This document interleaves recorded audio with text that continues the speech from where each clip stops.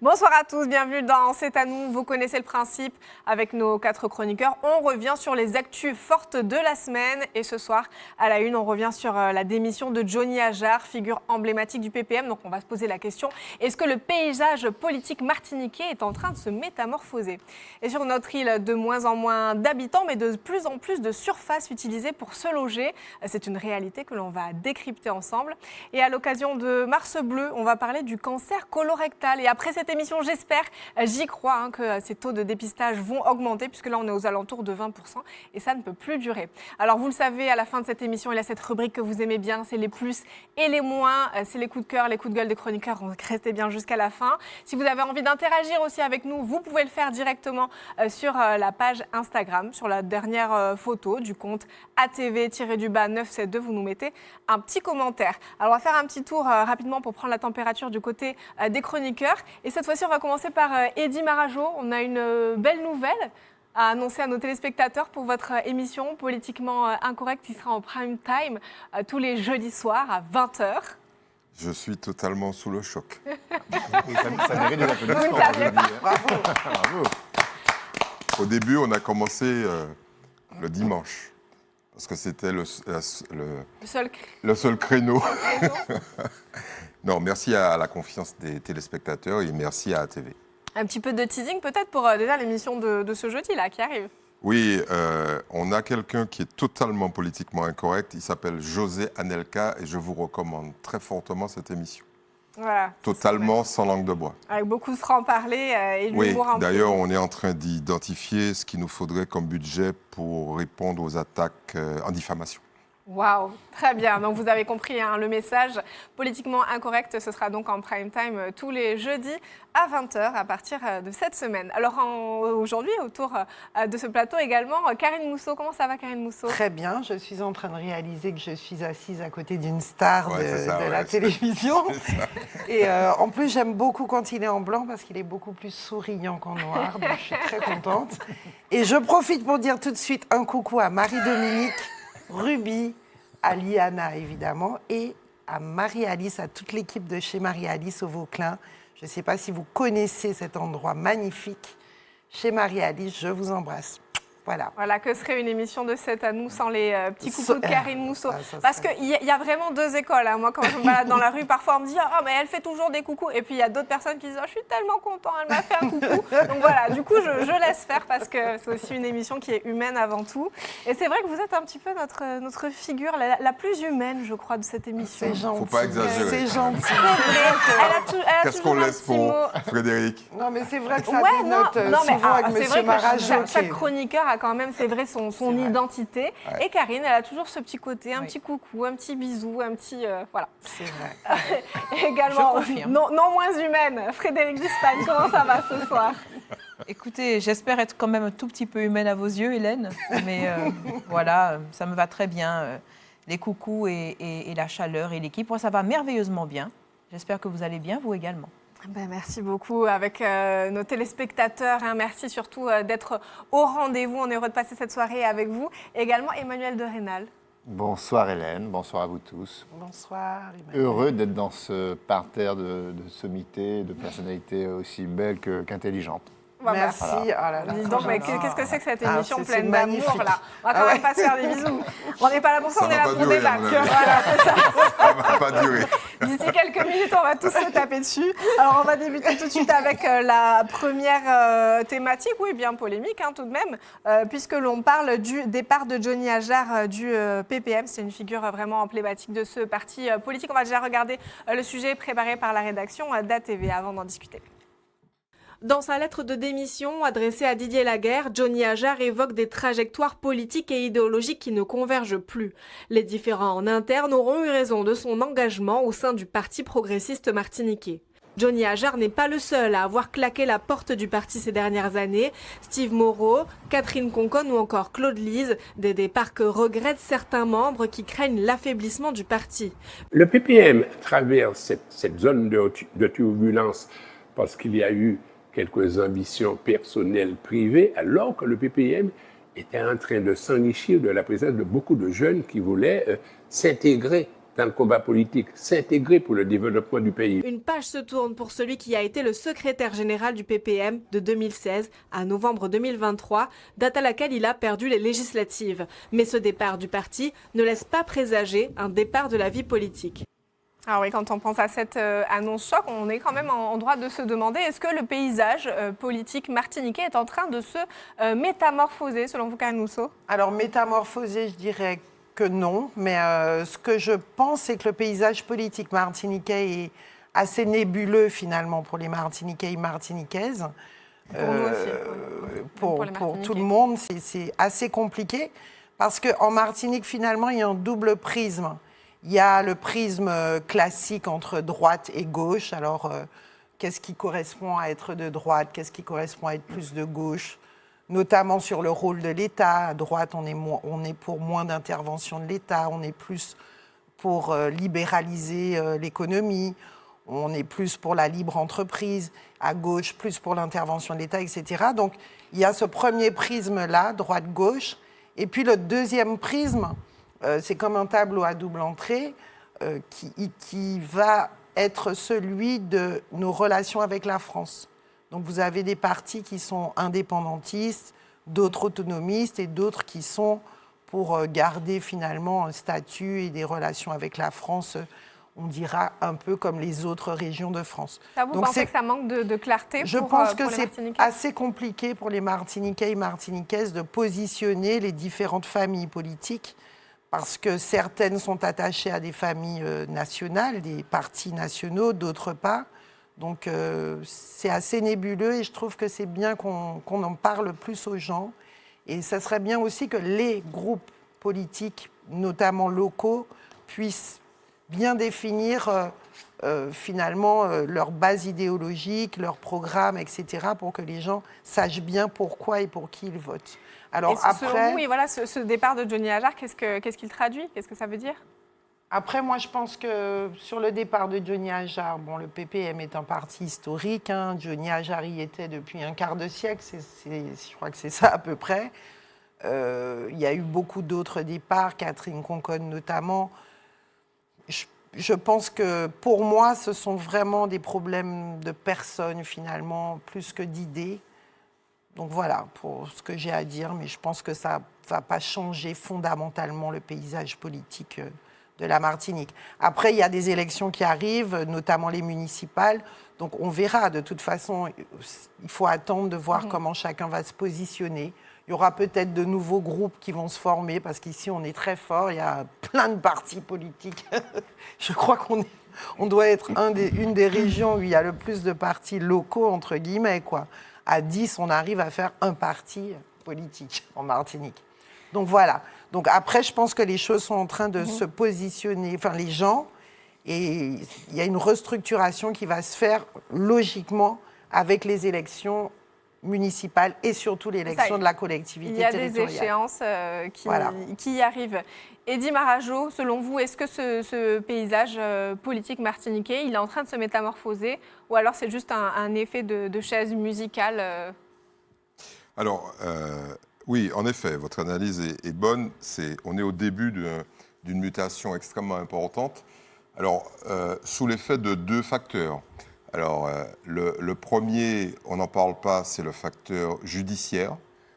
Parce que, de mon point de vue, la condamnation de Marine Le Pen ce matin à Paris, avec la mise en place de manière spectaculaire de ce qu'on appelle l'exécution provisoire, c'est là que le mot exécution prend toute sa valeur, parce qu'il est clair que là, ça va être compliqué pour elle. Donc là, c'est 5 ans d'inéligibilité, c'est ça? Voilà, 5 ans d'inéligibilité, 4 ans de prison, dont 2 fermes. Ça vaut pour tout le monde. Et ce que je rappelais aux élus martiniquais, qui avaient tendance à dire, oh, bof, comme il n'y a jamais de procès, comme il n'y a jamais rien, on n'est pas on est plutôt à l'abri. Ça va être difficile. Il y a 3 maires qui ont fait appel, qui avaient été condamnés à 5 ans d'inéligibilité. Ils ont fait appel et il y a de fortes chances qu'avec le procureur qu'on a là, qui est un spécialiste de l'exécution, de la demande d'exécution provisoire, notamment à Mayotte, que ces 3 maires perdent leur mandat. Il y a de très fortes chances. Et au total, il y a 16 maires qui sont sous la menace ou qui sont déjà dans un cursus judiciaire. Donc je leur dis, les mecs, il faut prier pour que ça avance très lentement. Donc ça va recomposer le paysage, puisque de toute façon, à partir du moment où vous êtes maire et vous êtes condamné à 5 ans d'inéligibilité, vous n'allez pas pouvoir participer aux élections de l'année prochaine. Ça rebat les cartes, ça donne la place peut-être à d'autres personnes. Voilà. Aussi. Le deuxième facteur, c'est un facteur, j'allais dire, lié à l'âge. C'est un facteur biologique. Alors, on a regardé, il y a un certain nombre de maires qui, de toute façon, vont dire stop, puisque physiquement, ils ne pourront plus y aller. Alors, soit la maladie... Ah non, il y en a qui sont sévèrement atteints. Soit la maladie, soit l'âge, soit la capacité de gérer des problématiques qui les dépassent. Allons dire la vérité. Donc, très sagement, il y en a qui ont déjà pris l'option de dire « je me retire ». Ils ne l'ont peut-être pas publiquement annoncé, mais ça veut dire que si vous mettez judiciaire plus biologique, on a compté, il y a à peu près 18 maires, entre 18 et 20 maires qui devraient théoriquement perdre leur poste. Sur 34 communes. Et puis voilà, c'est massif. Alors d'ordinaire, on est entre 10 et 12, hein, c'est déjà 30% de manière systématique. Et là, il y a aussi un autre facteur qui, lui, est politique, c'est la destruction d'un certain nombre de grands partis politiques, destruction annoncée ou disparition annoncée. Et la recomposition, donc il y a 3 nouveaux groupes en fait qui vont truster probablement les municipales, c'est PIA, le parti de Catherine Conconne et probablement une espèce de refondation de ce qu'on a appelé l'Alliance. Donc tout ça risque de faire du couloir électoral dans lequel on s'engage, municipal, législative et CTM, quelque chose d'assez exceptionnel à analyser. Avec plusieurs scénarios qui seront possibles. Si vous désirez réagir face à cette thématique, n'hésitez pas à le faire sur la page Instagram. Ça se passe sur la dernière publication. Voilà, donc le compte s'appelle ATV-972. Je ne m'y fais toujours pas. Frédéric Dispagne, alors sur le paysage politique martiniquais, est-ce que l'on est face à une métamorphose ou, comme le disait Eddy, peut-être une mutation très profonde ? La mutation, elle a eu lieu depuis de nombreuses décennies au PPM. Juste pour bien comprendre où on en est, il faut aussi voir d'où on vient.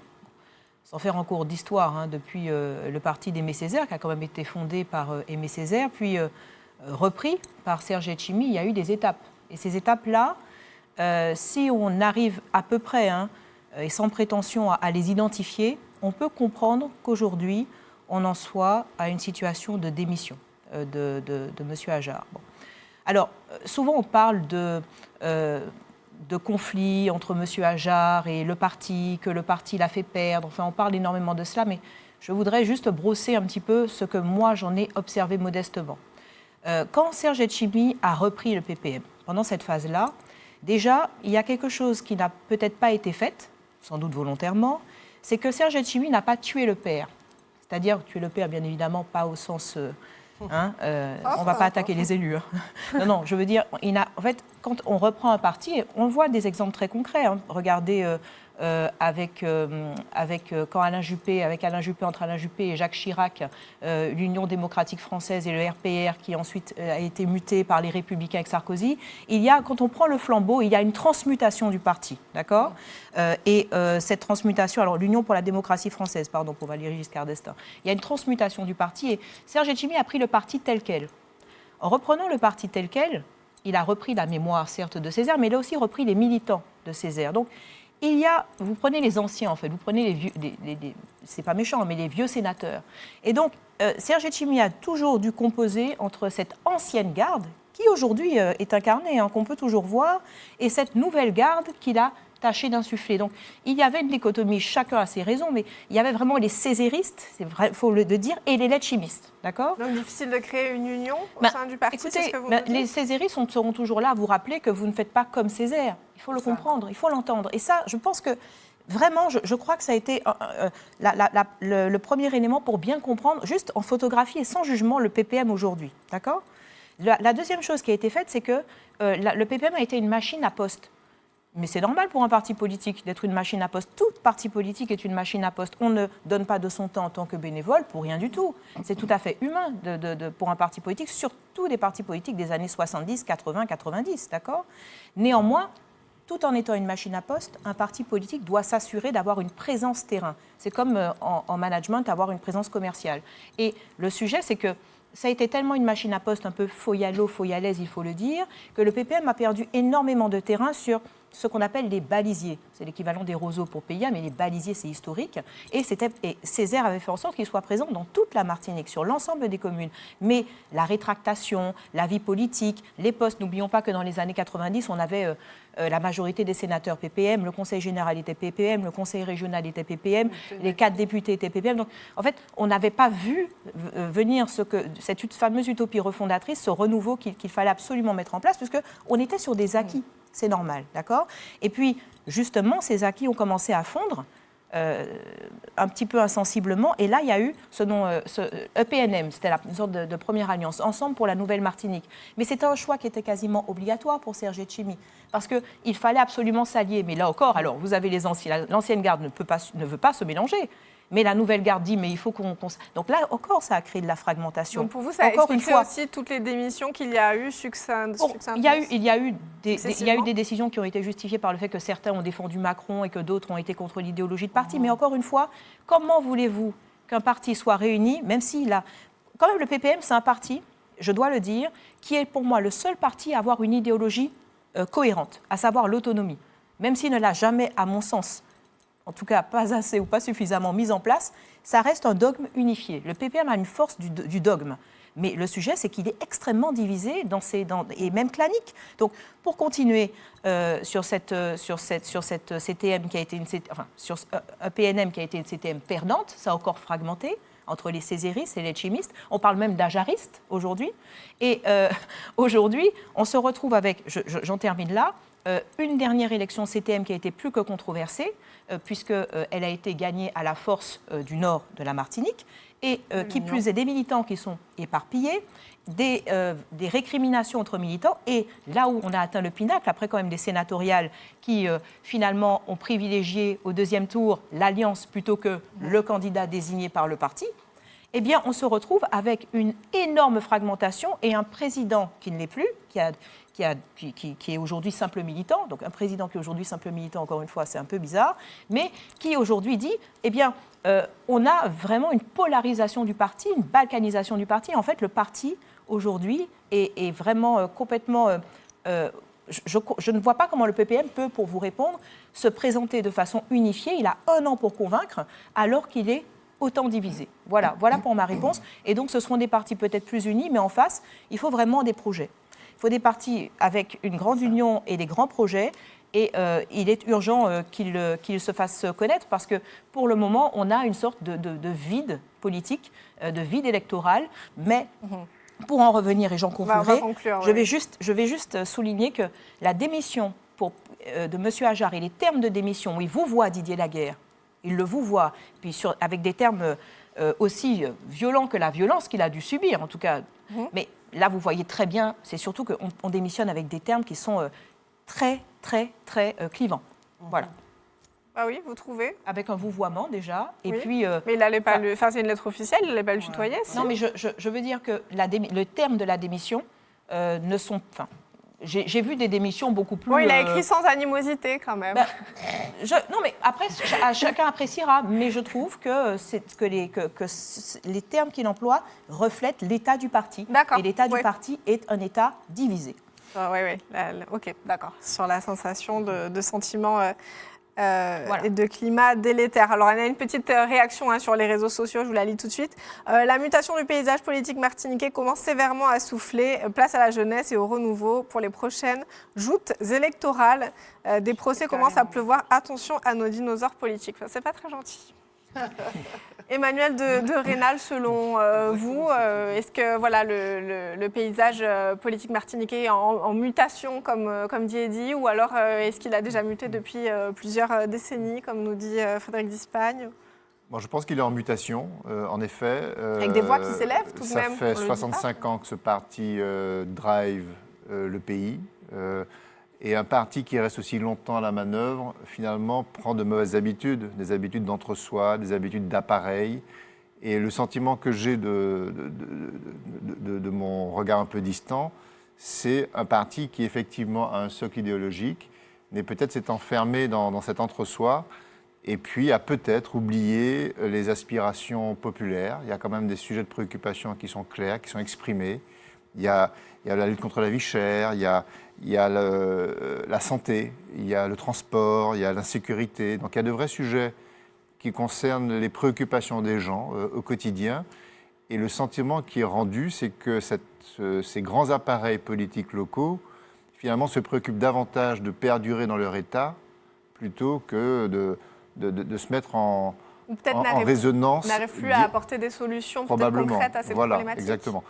Et donc aujourd'hui, le système s'essouffle. On le voit d'ailleurs année après année avec des taux d'abstention qui sont chaque fois plus importants. Donc on voit bien une distance qui se fait entre l'électeur et l'élu. Et ça, c'est embêtant parce que la parole politique a du mal à se mettre en résonance et à emporter la motivation populaire. Donc c'est un sujet qui dépasse largement le PPL, c'est un sujet politique. Comment renouer le dialogue avec le peuple. Et donc, on arrive aujourd'hui, je pense, à une fin de cycle. Alors, qu'est-ce qui va en sortir? Il va en sortir de nouvelles voix qui vont tenter d'apporter une réponse. On l'a vu récemment avec le HAPRAC qui apporte des voix nouvelles dans le débat. Est-ce qu'elles vont performer? Peut-être. Avec des visages nouveaux. Il y a des visages nouveaux, il y a un discours nouveau, il y a une intention nouvelle. Il y a peut-être, il faut aussi citer la percée du Rassemblement national en Martinique. C'est pas un sujet anodin quand même. Personne ne s'y attendait. Or, aux dernières élections, donc vous voyez, on va chercher peut-être dans les extrêmes, peut-être dans les solutions populistes. Vous dites peut-être. Je reste très prudent en matière politique. Je ne suis pas un aussi fin analyste que ceux qui sont sur ce plateau, mais donc je prends mes précautions. Mais voilà, en tout cas, on assiste à malheureusement une situation où le jeu politique raisonnable a l'air de s'effacer, de laisser la place plutôt à des discours populistes et avec des grands clivages. Alors, comme c'est le cas à l'échelle mondiale dans exactement. le pays. Il y a une polarisation du discours politique où c'est plus facile de chercher des coupables plutôt que de chercher des solutions. Et ça, le monde politique est confronté à ça. Et ça, c'est la force de la démagogie, du populisme, qui prend le pas sur la voie raisonnable, qui est plus compliquée à assumer. Mais malheureusement, la vie d'un territoire se fait avec des décisions à prendre qui doivent être plus courageuses que populistes. Et il faut quand même parler le langage de la vérité. Alors, qu'est-ce qui va en sortir? Je pense qu'il y a on parlait des grands clivages qui vont structurer le paysage politique, l'offre politique. Donc il y a ce que disait Karine a tout à fait raison, il y a cette ligne de la relation à la France qui vont répartir, je pense, des offres politiques. C'est ça. Mais il y a aussi, je pense, peut-être une deuxième répartition qui peut se faire entre les porteurs d'idéologie, qui sont un peu hors sol, il faut bien le dire, et les porteurs de solutions de gestion, de solutions pragmatiques. Moi, je pense qu'on va peut-être rentrer dans un monde où les électeurs voudront qu'à la manœuvre politique, il y ait des gestionnaires, des gens qui gèrent les comptes, qui trouvent des solutions pratiques, qui sont efficaces. Donc là, je pense qu'il y aura un appétit d'efficacité qui sera exprimé donc, entre le pragmatisme et l'idéologie, parce qu'au fond, on est un peu lassé par les visions idéologiques hors sol qui se traduisent bien souvent par de la démagogie et par du populisme. Merci beaucoup Emmanuel de Rénal. Cette petite réaction de Dominique sur la page Instagram qui nous dit « Analyse très fine de Frédéric d'Espagne ». Des encouragements. On poursuit avec cette deuxième thématique. On a été un petit peu long là déjà, donc on va essayer d'être les plus efficaces possibles sur cette thématique du logement. J'ai envie de parler même de crise du logement. On est vraiment heureux de l'aborder dans cette émission. Alors, il y a une récente étude de l'INSEE et de la DEAL qui nous dit que la consommation d'espace liée au logement a augmenté de 14,1% entre 2010 et 2019, alors que vous le savez, la population diminue fortement sur notre territoire. On va déjà regarder ce sujet pour mieux comprendre d'où ça vient. 1350 hectares entre ces deux dates, entre 2009 et 2019, et que ça correspond en gros à 5 terrains de football consommés par semaine, en fait, sur la période. Cette consommation d'espace, elle est surtout liée finalement à l'habitat. 89% de cette consommation d'espace, c'est pour construire des logements. Plusieurs facteurs qui expliquent cette augmentation de consommation d'espace, qui est de 14% environ, alors que France entière, dans l'Hexagone, c'est 2 fois moins. Le premier facteur qui explique cette consommation d'espace pour le logement, c'est d'abord la diminution de la taille moyenne des ménages. Ça peut paraître paradoxal, la population en Martinique est de moins en moins nombreuse, elle diminue, mais les ménages, eux, le nombre de ménages augmente. On gagne environ 3% de ménages entre 2009 et 2019. Et donc, pour loger ces ménages, il y a nécessairement une artificialisation du sol pour l'habitat. Voilà, donc on a cette donnée qui est assez contradictoire, mais c'est vrai que quand on regarde notre territoire, pas tellement.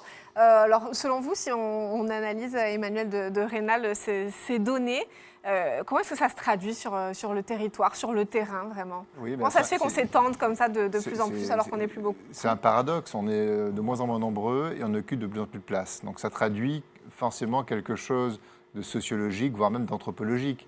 Et je pense que c'est un peu la poussée, d'une certaine manière, de l'individualisme contre le collectif. Puisque l'idée maintenant qui motive les gens pour vivre, c'est de s'installer dans des endroits le plus isolés possible, avec le plus d'espace autour de lui, donc et de contribuer à fragmenter le territoire.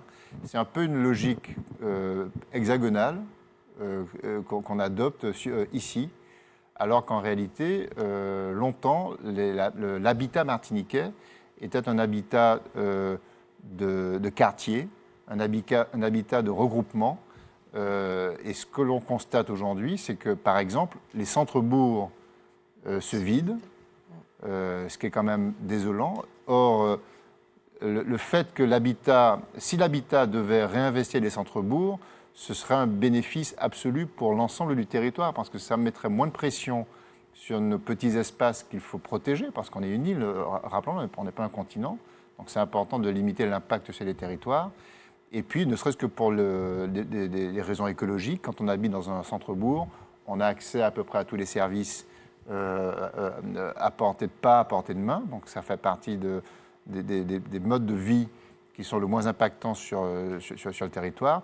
Et puis le fait aussi de disperser l'habitat comme on le voit aujourd'hui, ça augmente les frais publics, puisqu'il faut bien acheminer les gens par des infrastructures routières, par des voiries, etc. Donc on est dans un schéma. Donc avec la création des lotissements. Voilà. Alors, il ne s'agit pas de porter un jugement, il s'agit de constater qu'on est passé d'un mode de vie collectif, où on se regroupait, on essayait à un mode de vie où on recherche plutôt des ressorts individualistes. Moi, c'est un peu ce que ça traduit pour moi. Mais dites-nous ce que vous en pensez, justement, sur les réseaux. Enfin, c'est vrai que moi, je me dis personnellement, c'est pas que je veux pas habiter dans les centres-bourgs, pas du tout. C'est que l'habitat le parc est tellement vétuste que forcément, on a envie d'aller dans quelque chose d'un peu récent, quoi, aussi. Alors, c'est la vraie question. La vraie question, c'est comment rendre les centres-bourgs attractifs. Là, il y a un vrai projet politique. Comment rendre la vie agréable dans les centres-bourgs. Voilà un véritable projet politique mais qui me paraît important à mener. Pour vous, il n'y a peut-être pas assez cette volonté politique qui pourrait permettre. Je pense qu'on laisse mourir les centres-bourgs, Oui. qu'on n'y met pas l'énergie qu'il faudrait, alors que ça réglerait beaucoup de solutions que de se regrouper pour réinstaller Après, des poumons vitaux dans. Si c'est une vraie problématique dont les maires sont au courant, bien sûr, ils en parlent régulièrement. Frédéric D'Ispagne, ils sont au courant. Je crois que les centres-bourgs ont des petits problèmes d'attractivité. Ils en sont même comptables. C'est ça. Ça ne profite à personne. Frédéric D'Ispagne, justement, sur peut-être la lecture de ces chiffres, du logement qui s'étend comme ça sur le territoire, alors qu'on est de moins en moins. Alors, si on parle chiffres, on va se dire que, pour être un petit peu synthétique, qu'un tiers de la population est en logement social aujourd'hui. D'accord ? On peut, sur 350 000, chiffrons 100 000 personnes qui aujourd'hui sont affectées au logement social. On a 2 tiers de la population, et c'est un scandale, qui n'arrive pas à parvenir à un logement. Pour quelles raisons ? Pour les raisons qu'Emmanuel déjà a citées, mais aussi parce qu'on a une véritable spéculation en Martinique, il faut le dire. On a une spéculation immobilière qui est très forte. Et ce n'est pas uniquement les grands méchants investisseurs, c'est que les logements vacants, nécessairement, font en sorte, le fort taux de logements vacants, on est autour de 35%, autour de cela en Martinique, le fort taux de logements vacants crée de la rareté au niveau des logements disponibles et louables. Première chose, la rareté augmente un loyer. C'est ça, qui ne sont pas trop vétustes aussi. Absolument.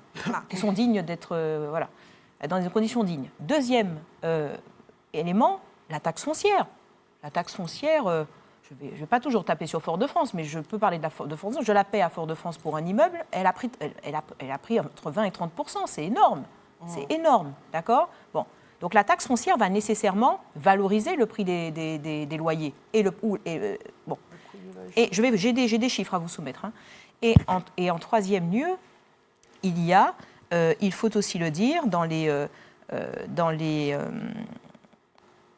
choix de positionner des loyers onéreux, on va les qualifier comme il faut, une stratégie d'écrémage, à savoir, on part beaucoup de personnes en centre-bourg avec des loyers bas, et les bons logements, on met des tarifs élevés pour être sûr d'avoir des gens bien, des cadres supérieurs, etc. C'est une stratégie d'écrémage, à mon sens. Donc, pour vous donner une idée, ça se fait un petit peu partout. Mais en fait, là, on est libre. Le propriétaire a une liberté en France de fixation de son prix. Je peux mettre mon loyer à 3 000 €. Si je veux mettre mon loyer à 3 000 €, je le mets à 3 000 €. Sauf que je suis sur un territoire limité et sur un territoire où il y a beaucoup de besoins et aussi beaucoup de misère. Donc, pour vous donner une idée du prix médian des appartements, et là, je vais juste rendre à César ce qui lui appartient, et à Jean-Émile Saint-Fort, qui a fait une étude remarquable en tant qu'enseignant-chercheur à l'Université des Antilles. Un prix médian d'appartement au mètre carré à Sainte-Luce, 5 318 €. D'accord ? Le médian, c'est la valeur qui permet de partager la série. Donc, on ne sait pas une moyenne, c'est un prix médian. Les 3 îlets, 4 532 € le mètre carré. C'est quasiment prix région parisienne. Mais absolument. Le Diamant, 4 280 €. Bon, Fort-de-France, on y va ? Beaucoup plus. 2 723 €. 2 723 €. Ben oui, la ville n'a pas nécessairement été très valorisée. Ensuite, en termes de prix médian des maisons, le François, premier trimestre 2023, excusez-moi, le François, le mètre carré au François, 12 125 €. Le Diamant, 7 484 €. J'arrête là, juste les anses d'Arlet, on se fait un petit anse d'Arlet. 6 528 €. Comment voulez-vous que des personnes qui travaillent honnêtement, etc., puissent, en bon père de famille, en bonne mère de famille, allouer juste un quart de leur salaire? On sait que nos moyennes sont inférieures. Honnêtement, on est sur, à minima, la moitié des revenus. Donc, pour moi, la vie, je l'ai déjà dit ici, la vie chère, elle est principalement là. Oui, mais je crois qu'on ne parle pas aussi du fait qu'il y a aussi beaucoup de locations saisonnières ici. Et que forcément, si on peut louer son appartement en location saisonnière, on n'a pas forcément envie de le louer très peu cher le reste de l'année, comme dans toutes les métropoles et même à Paris, justement, où les gens ont du mal à se loger. Alors, on a une petite réaction de votre part. Merci beaucoup d'interagir avec nous sur les réseaux. Ça nous fait plaisir. Ça nous permet aussi de nourrir le débat. Et donc, il y a Dorby qui nous dit « Effectivement, j'ai constaté un individualisme exacerbé. » Voilà. Tout à fait d'accord avec Emmanuel de Rênal. C'est ça. Eddy Marajo, justement sur cette question du logement en Martinique. Enfin, c'est vrai que dans C'est à nous, on aime bien sauter sur l'occasion comme ça quand il y a des thématiques qui sont aussi criantes de douleur pour beaucoup d'entre nous, pour beaucoup de Martiniquais.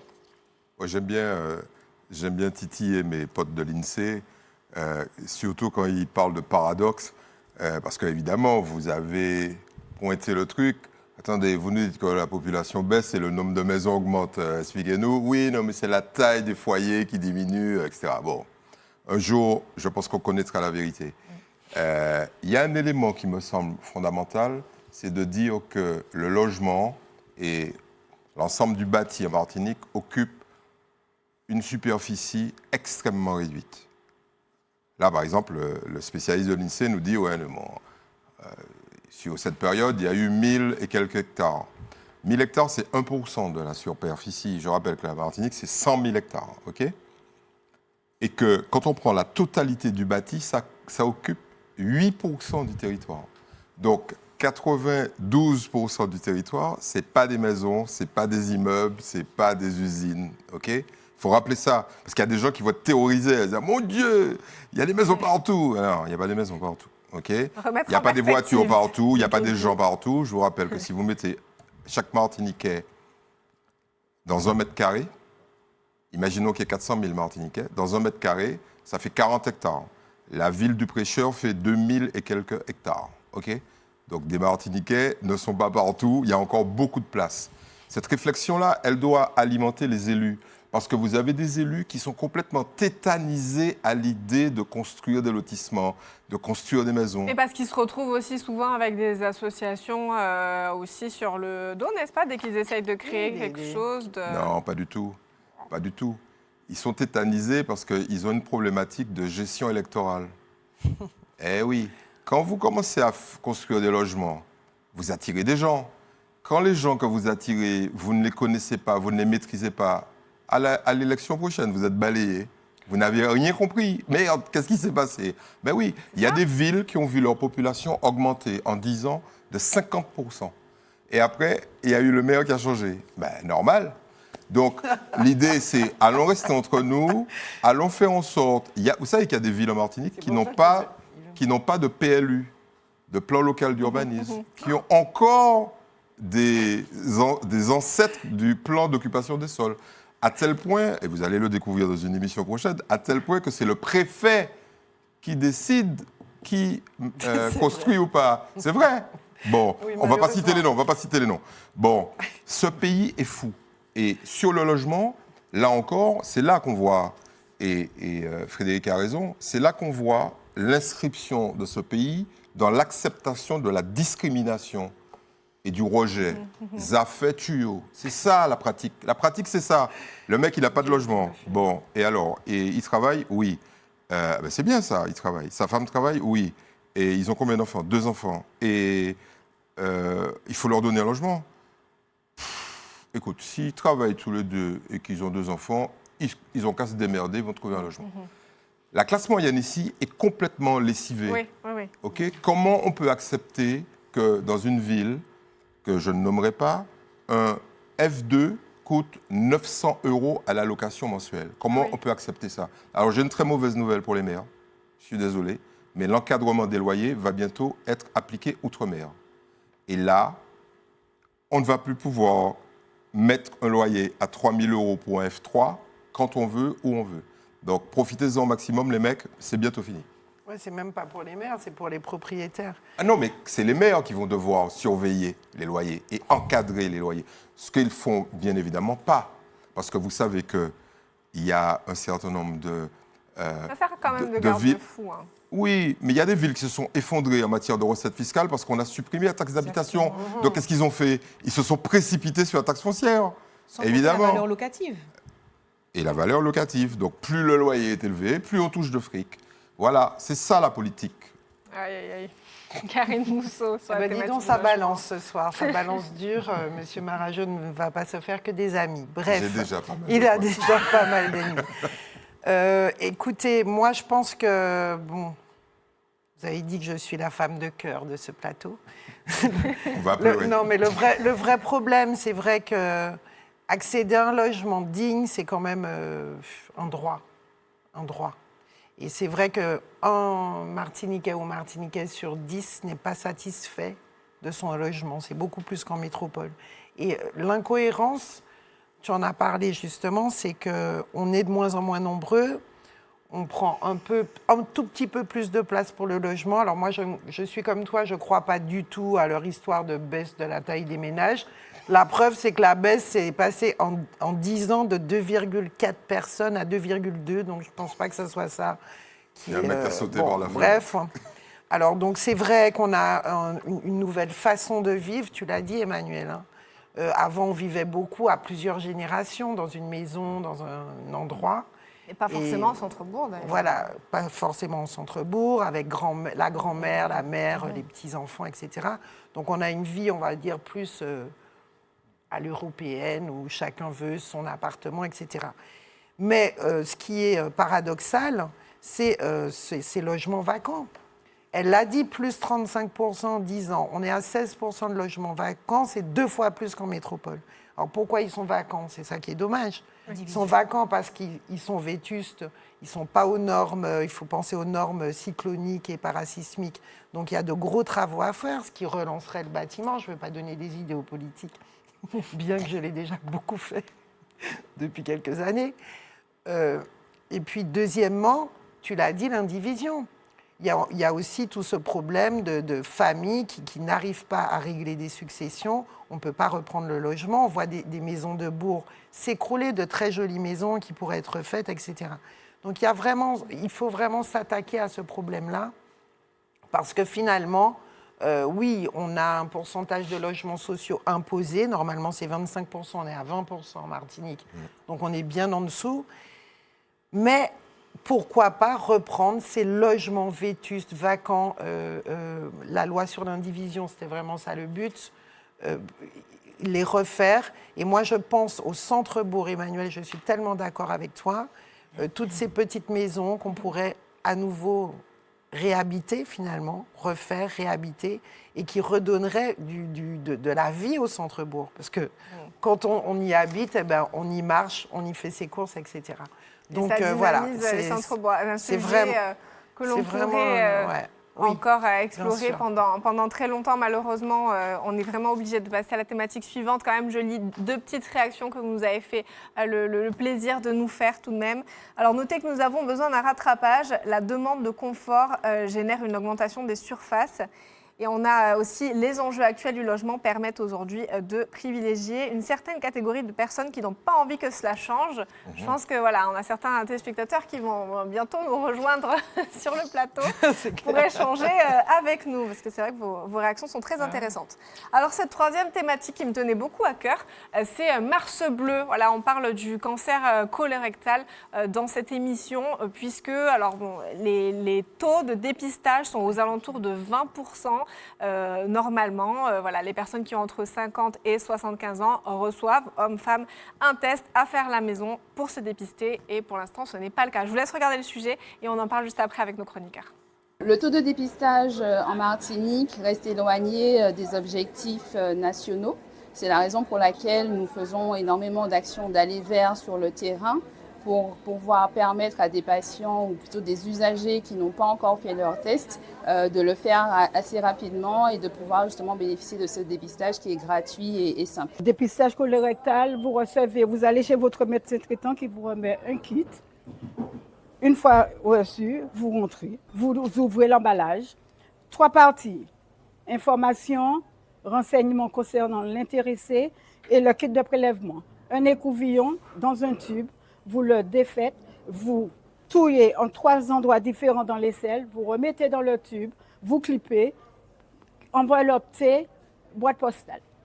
Voilà, et on remercie cette membre de la Ligue contre le cancer qui nous a expliqué vraiment l'extrême simplicité de ce test. Alors, on nous dit le cancer colorectal, c'est le deuxième plus dangereux en France, mais détecté à temps, il se guérit dans 9 cas sur 10. Il est donc urgent que l'on ait cette prise de conscience. Karine Mousseau, selon vous, qu'est-ce qui bloque encore en Martinique? Pourquoi est-ce qu'on a aussi peu de personnes qui se font dépister de ce cancer qui peut être mortel?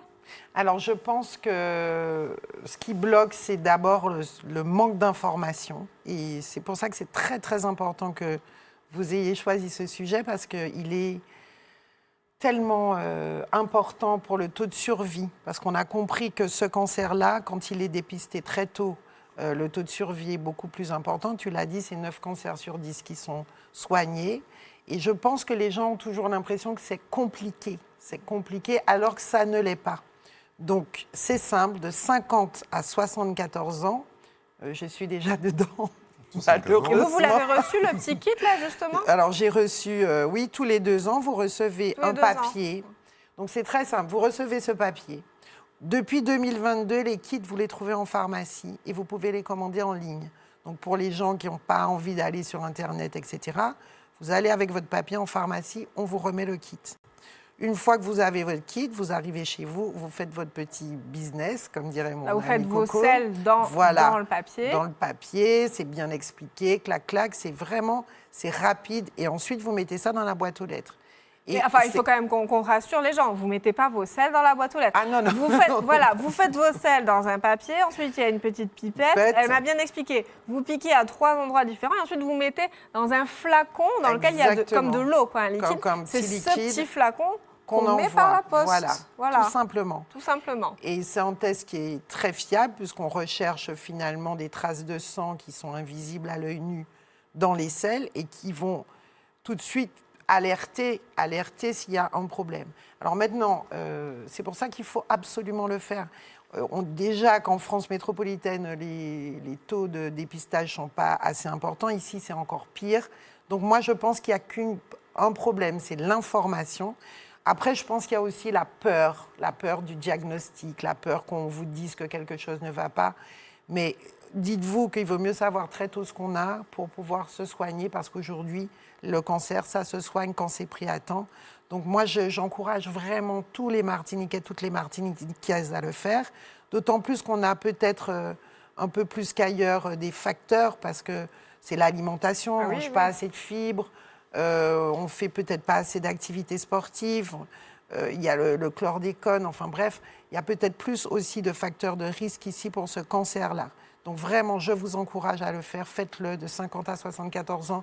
C'est important, c'est gratuit. Merci la France. Et même parce que ça, c'est important. Bah oui, mais c'est même important parce qu'il y a bien des pays où le dépistage n'est pas gratuit. Et oui, ça fait rire Eddy, parce qu'il est très content. Il est comme moi, il adore la France. Et c'est gratuit. C'est gratuit, on a cette chance de pouvoir se dépister gratuitement. On a quelqu'un qui nous dit sur les réseaux, les médecins ne donnent pas de kit. Oui, mais normalement, vous recevez le courrier à la maison et vous pouvez aller le prendre en pharmacie. Voilà, et la dernière chose, avant de laisser mes amis s'exprimer, il faut y aller. Le seul petit bémol, moi, c'est vraiment que une fois qu'on vous a peut-être éventuellement trouvé quelque chose, ça ne veut pas dire que vous avez un cancer, tout le monde se calme. Donc, on va vous donner une coloscopie à faire. Et cet examen à la coloscopie, c'est vrai que les délais sont beaucoup trop longs en Martinique. Par contre, là, beaucoup trop long et beaucoup plus long qu'en France métropolitaine. Et c'est vrai que pour prendre rendez-vous pour une coloscopie, c'est compliqué. Donc sur ça, il faut qu'on continue à travailler Et aussi. Il faut le dire. Mais déjà, dans un premier temps, si on fait le test, au moins, ça permet de voir s'il y a quelque chose à vérifier ou pas. Voilà, s'il y a quelque chose à vérifier. Eddy Marajo, sur le cancer colorectal, pourquoi est-ce qu'on a des taux qui sont aussi faibles pour le dépistage chez nous, en Martinique, alors que c'est un sujet aussi important? Alors, globalement, les taux de dépistage en Martinique sont faibles, quel que soit le cancer. OK ? Il y en a qui sont relativement proches de la moyenne nationale, il y en a, pour la plupart, qui sont plus bas. C'est ce qu'il faut dire. Je pense que c'est d'abord un problème de communication. Alors là, tout le monde va hurler en disant « Ouais, mais on fait des trucs, machin. » Mais non, on ne parle pas aux gens de manière simple. Déjà, cancer colorectal, ça veut dire quoi? Les gens, vous prenez un type dans la rue, vous dites « cancer colorectal ». Tout ce qu'il sait, c'est cancer. Mais colorectal, ça veut dire quoi? Dis qu'ils ont rappelé à. Ben, c'est pas. Mais non, mais les gens ne savent pas. Un cancer colorectal, c'est un cancer de l'intestin. Il faut dire ça aux gens. Là, ils vont. Ah ouais, d'accord. Ah, d'accord. C'est comme vous dites prostate. Les gens vous disent prostate, mais moi pas ça. Moi pas ni la prostate. Ils disent, comment on pas ni la prostate? Mais tu as une prostate. Ah bon? Et ça sert à quoi une prostate? Posez la question. Mais non, les gens ne savent pas. Déjà, demander aux gens à quoi ça sert une prostate. Ils ne savent pas. Et les 3/4 des gens, peut-être vous, même Hélène, vous ne savez pas à quoi ça sert. Bon, et les mecs qui ont des prostates, alors les mecs découvrent qu'ils ont une prostate, et quand on leur dit, mais ça sert à quoi une prostate? Eh bien, ils ne savent pas. Eh bien, ça sert, entre autres, à fluidifier le contenu des spermatozoïdes pour qu'ils puissent aller le plus loin possible. Il y a des petites glandes dans la prostate qui émettent une espèce de liquide qui fluidifie le trajet des spermatozoïdes. Qui est-ce qui savait ça? Pas beaucoup de gens. Pas moi, bon, en tout cas. donc, le premier élément, c'est la communication. Il faut dire aux gens ce que c'est. Si vous dites aux gens, vous pouvez avoir un cancer de l'intestin, ça va mieux marcher que si vous leur dites, vous savez, le cancer colorectal. Alors, ils entendent rectal, le Martiniquais a un problème avec le rectum, vous savez ça? Il ne veut pas qu'on lui touche le cul. OK? Mais à un moment donné, c'est important. Mais non, le cancer de la prostate. Quand l'autre, il vient dire un cancer de la prostate, il dit, ah non, non, pas moi, monsieur. Mais pourquoi pas vous? Parce que vous allez me toucher. Tout ça, c'est de la com. Les gens ont peur. Et quand en plus vous leur donnez un sentiment d'agression, ben, ça ne marche pas. Bon, je vais m'arrêter là. Révolutionnons la communication sur le dépistage. Ça marchera mieux. Pour vous, c'est pas assez clair. En tout cas, là, on l'a dit, pour le cancer colorectal, voilà, au niveau du dépistage, personne ne vous touche. Il n'y a pas que celui-là. Il n'y a pas que celui-là. Il y a toute une série. Par exemple, on dit cancer de la peau. On dit un cancer de la peau? Mon Dieu, ma peau. Non, ce n'est pas votre peau. Ce n'est pas un cancer de la peau. C'est un petit truc noir, là, qui va évoluer, qui s'appelle un mélanome. Voilà. Et là, les gens vont dire, ah, c'est un signe. Ah, ben oui. Mais quand vous dites à un type qu'il a un cancer de la peau, il se voit déjà perdre sa peau. C'est pas bon, la com. Voilà. C'est pas bon. Pour la com, il faudra se rapprocher d'Eddie, alors pour simplifier davantage. Alors dites-nous, Frédéric Dispagne, selon vous, pourquoi est-ce que l'on a des taux aussi bas de dépistage à l'occasion de Mars Bleu? On parle du cancer colorectal.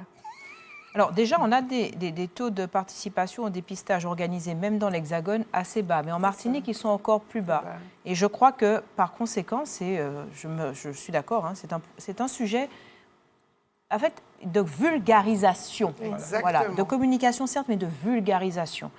Et quand je vois ce genre de communication qui est formidable, hein, d'accord, enfin, cette organisation, ce dispositif est formidable. On n'a pas assez vulgarisé. On ne sait pas se vulgariser. C'est normal, c'est le monde médical. Le monde médical, pour lui, c'est évident. Mais c'est vrai que colorectal, j'ai cherché. Colorectal, j'ai cherché. Pour moi, je ne savais pas ce que c'était. Je ne savais pas. Et ensuite, je pense qu'il faut des petites camionnettes dans les zones rurales pour expliquer de façon patiente. Parce que finalement, on a des personnes qui ne regardent même pas la télévision. Colorectal, déjà, elles ne regardent pas la télé, elles voient colorectal, ça passe. Enfin, il y a un sujet chez nous de proximité. On a un petit territoire. Je ne dis pas qu'il faut le faire tous les jours, mais il faut le faire. En plus, on a des aînés qui sont esselés, qui n'ont pas nécessairement des jeunes avec eux qui leur expliquent ce que c'est qu'être papy, mamie, etc. Puisqu'on est une population vieillissante et on n'a pas nécessairement ce tissu familial, ce tissu social qui permet de l'interaction avec des jeunes qui peuvent expliquer les choses. Donc, il faut le dire aussi.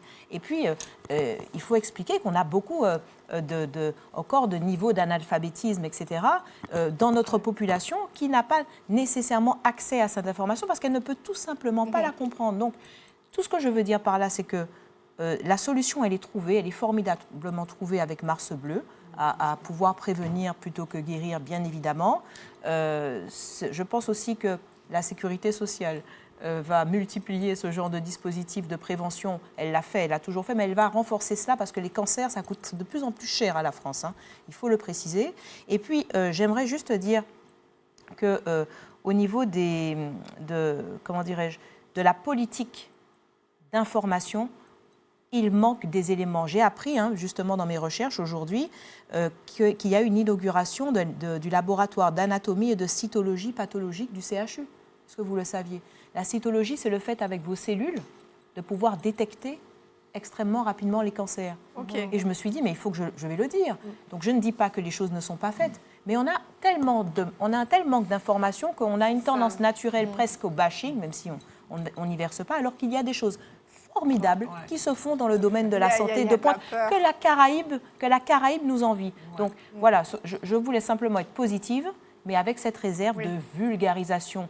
Venez, descendez, expliquez-nous. C'est ça. C'est vrai qu'il y a de la peur. Ça rejoint ce qu'on dit tous les trois, c'est le problème de l'information.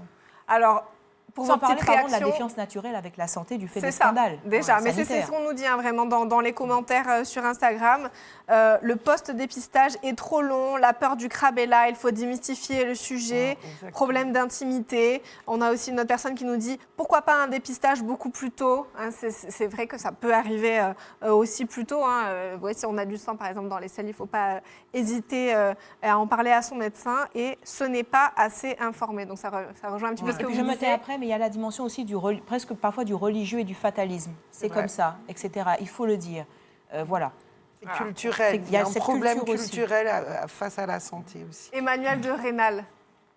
Oui, je pense qu'on a à peu près tout dit. Moi, les deux idées que je retiens, c'est que la France est un beau pays. Parce que malgré tout, distribuer des tests comme ça, parce que beaucoup de foyers reçoivent les kits directement à la chez maison, eux. Ouais. Et moi, je trouve ça assez impressionnant et je ne pense pas qu'il y ait beaucoup d'autres pays qui vont aussi loin dans l'effort de dépistage. Ça, c'est le premier point. Et le deuxième point, Eddy a parfaitement raison, la communication, c'est là qu'il y a des progrès à faire. Et c'est vrai chez nous, comme c'est vrai d'ailleurs dans l'Hexagone. Et je vais citer, si vous permettez, la campagne qui est faite en ce moment en France, qui fait parler d'elle, qui est une campagne choc, un peu violente. 2 mots en affiche, imaginez des affiches 4 mètres par 3 avec 2 mots, va chier. J'ai pu voir aussi. Voilà, va chier. Voilà le slogan qui est utilisé et ça va absolument dans le sens de ce que vient de dire Eddy.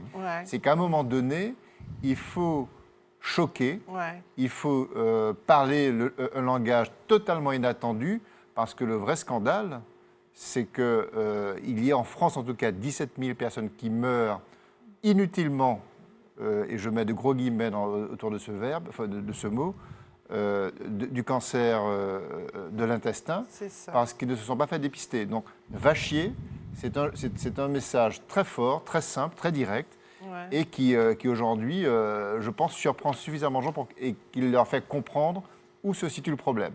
Donc peut-être une campagne à chier et peut-être... en traduisant en créole. Oui, c'est ça. À chier, non, mais c'est pas du créole, ça. Allez, dites-nous d'autres suggestions pour les affiches pour l'année prochaine. Je vais en parler, Emmanuel. Très bien.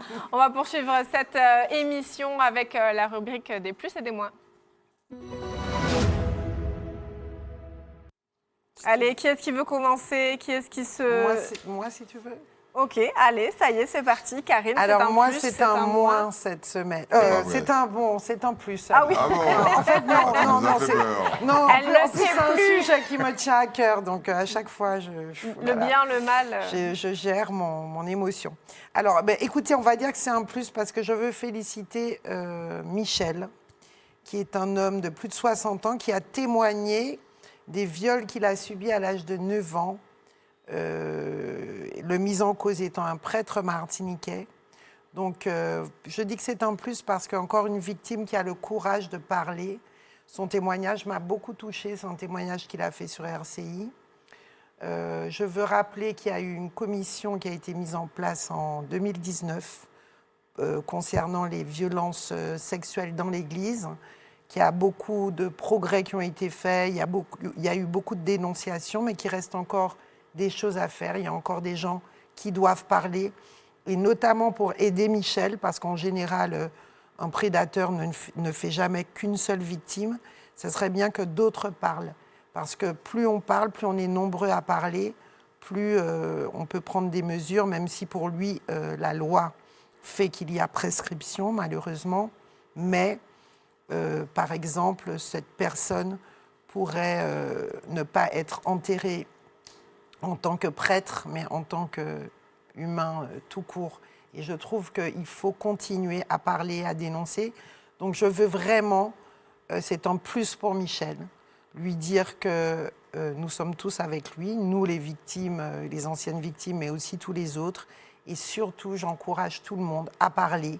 Et pour ça, je veux redonner 2 numéros. Un numéro en Martinique, qui est celui de l'AMVI, l'Association des 1001 victimes d'inceste et de traumatisme.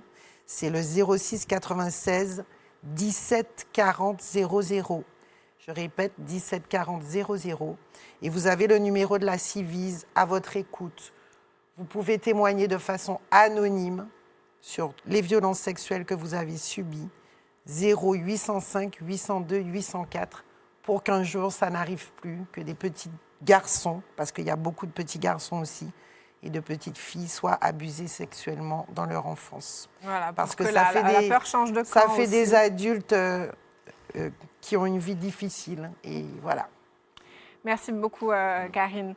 Pour ce partage, Emmanuel de Rênal, c'est un plus, c'est un moins? C'est un plus, c'est un petit plus que je veux faire un petit coucou au maire de ma commune, Hugo Tousset, qui de temps en temps organise des rencontres avec ses administrés. Et vendredi soir, c'était une rencontre autour d'un sujet que j'ai trouvé très pragmatique et très bien que ça provienne d'un élu municipal. C'était autour de l'IA. Et donc, il a réuni ses administrés avec un conférencier pour apprendre, décrypter, comprendre. Et j'ai trouvé cette approche politique très intéressante parce que là, voilà, enfin... Il y avait du monde ? Il y avait du monde. Il y avait, la salle, la mairie était remplie. Il y avait, donc et les débats ont été fournis, ont été longs. Et je me dis, là, il y a peut-être un début d'inspiration et d'aller vers les sujets du quotidien, les sujets de préoccupation. J'ai trouvé son approche intéressante et je pense qu'elle devrait inspirer peut-être d'autres initiatives, aller là où sont les sujets de vie au quotidien. À l'échelle des municipalités aussi. Frédéric d'Ispagne, un plus, un moins? Ni plus ni moins, juste un point d'interrogation, c'est possible? Bon, allez-y. C'est nouveau, ça veut te sortir. C'est sur la modification réduisant de 30 à 10 ans la prescription acquisitive, de la modification donc depuis avril 2024 de la loi dite Habitat dégradé, qui est venue modifier la loi Letchimy sur l'indivision. La loi Letchimy sur l'indivision, comme on parlait du logement, j'ai fait un lien. Puisqu'elle régit la sortie de l'indivision, cette loi Letchimy, avec la majorité aux 2 tiers et non plus à l'unanimité. D'accord ? Donc c'est une bonne chose, même s'il faut des GIP, qu'il y a beaucoup de conflits entre familles qui sont difficilement solvables. Mais en tout cas, je veux parler de cette prescription décennale parce que c'est un coup de tonnerre. Le droit commun, c'est la prescription de 30 ans, trentenaire. C'est-à-dire que quand vous êtes sur un terrain et que vous l'occupez depuis 30 ans et sans titre de propriété, juste avec la condition de l'occuper depuis 30 ans, vous devenez de fait propriétaire. D'accord ? Bon. Sauf que cette modification de la loi Letchimy, recommandée par non pas par Letchimy, mais par des sénateurs et par des notaires, désormais stipule que tout ça, ça se fait en 10 ans. Donc, alors 2 effets, pour ne pas plus ou moins. Soit c'est sauf qui peut et tout le monde solde, soit ça va être un gros désordre, pour ne pas dire autre chose, sur un si petit territoire, et je tenais à le préciser. Merci pour ce partage. Et Dima Rajo, un plus, un moins? Non, les plus, c'est raté. On va faire un moins. C'est bien aussi. Je vous avais dit que j'allais revenir sur cette histoire de tutelle. Bon, allez coucher les enfants parce que ce qu'on a comme témoignage, les témoignages sont de plus en plus durs. Là, c'est un témoignage d'un propriétaire de logement qui loge des gens qui sont sous tutelle. Et il prend à témoin, il interpelle le responsable de la tutelle sur le fait qu'il y a un problème avec le locataire. Écoutez ça. Monsieur C a été découvert en état de putréfaction le 4 janvier dans la soirée. Vous étiez injoignable. Je suis resté avec la famille et les autorités jusqu'à 23h30. À chaque fois que monsieur C avait un malaise, vous étiez injoignable. C'est à moi que s'adressait sa famille et ses voisins. Je vous informais par message écrit très souvent. Ce sont les voisins et même moi qui donnions à manger ou de l'argent à monsieur C. Monsieur C me disait que très rarement, vous lui donniez un billet de 20 € quand vous le rencontriez à Fort-de-France. Il était fatigué de votre gestion. C'est souvent la famille qui faisait le nettoyage et le rangement de l'appartement. Le top du top, c'est ça. Je vous ai indiqué le lendemain de la découverte de son cadavre que la famille m'avait informé d'un virement de plus de 10 000 € de L''I. C'est un organisme qui verse une espèce de soulte. Pourquoi n'avez-vous pas réglé la dette de monsieur C, dette de loyer? Ça, c'est typique de ce qui se passe. Donc ce soir, officiellement, j'interpelle la DIEC qui est chargée de nommer les gens qui gèrent les tutelles. Et ça, ce n'est qu'un élément. J'ai des trucs abominables. Je m'arrête là et j'espère que les gens de l'État vont réagir. Parce que ça, c'est scandaleux. OK ? Sans compter, évidemment, le vol manifeste sur les comptes en banque, etc. etc. Il y a un scandale monstrueux dans ce pays. Il faut arrêter ça. Et ça continue. Et j'ai de plus en plus de témoignages. Bon, très rapidement, le paddle à Sport-Tourne, ça continue. Madame le maire, il faut arrêter ça. C'est 18h30, pas 22h. On ne peut pas, sur un site où il y a des familles qui habitent et un site protégé sur les oiseaux, autoriser le paddle jusqu'à 22h. Donc, je vais m'en occuper sérieusement. Et la menace de la Sopamar va être très concrète. Et puis, les EHPAD. Alors là, c'est un scandale absolu. Alors, il y a un EHPAD qui a subi un signalement. Oui. Vous savez, vous êtes au courant du PROC, mais à mon avis, il devrait en avoir un peu plus. Mais ça n'a rien à voir, mais c'est dans un EHPAD, il y a une tentative de prédation d'un EHPAD qui se situe au François, où il y a 2 présidents. On en a entendu parler, et sous ça, il y a un vrai scandale. Je reviendrai dessus la semaine prochaine. Je m'arrête là. Voilà, alors vous allez être avec nous, hein, là, c'est sûr, la semaine prochaine, lundi prochain dans C'est à nous. Merci beaucoup d'avoir été avec nous pendant cette émission. Merci pour toutes vos interactions sur la page Instagram. Malheureusement, pas tout lire pendant l'émission, mais on essaye d'en lire au maximum. Merci à tous les 4 pour vos partages, vos éclairages. Je vous souhaite de passer une excellente soirée. Bravo, et on se retrouve merci lundi prochain, 20h sur ATV pour C'est à nous.